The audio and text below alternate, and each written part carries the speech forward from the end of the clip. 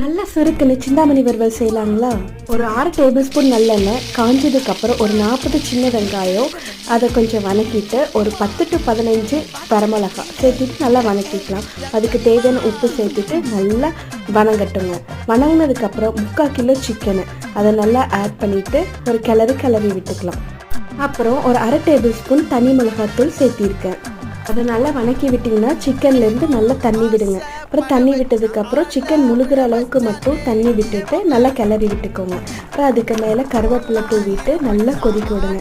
இப்போ சிந்தாமணிக்குன்னு கேட்டிங்கனாலே குட்டி குட்டியாக வெட்டி தருவாங்க, வெட்டி வாங்கிக்கோங்க. அப்புறம் சிக்கன் சீக்கிரம் வெந்துருங்க. அப்புறம் மேலே கடைசியாக கொஞ்சம் நல்லெண்ணெய் ஊற்றிட்டு 2 நிமிஷம் அடுப்பில் விட்டு இறக்குனீங்கன்னா ருசியான சிந்தாமணி ரெடிங்க.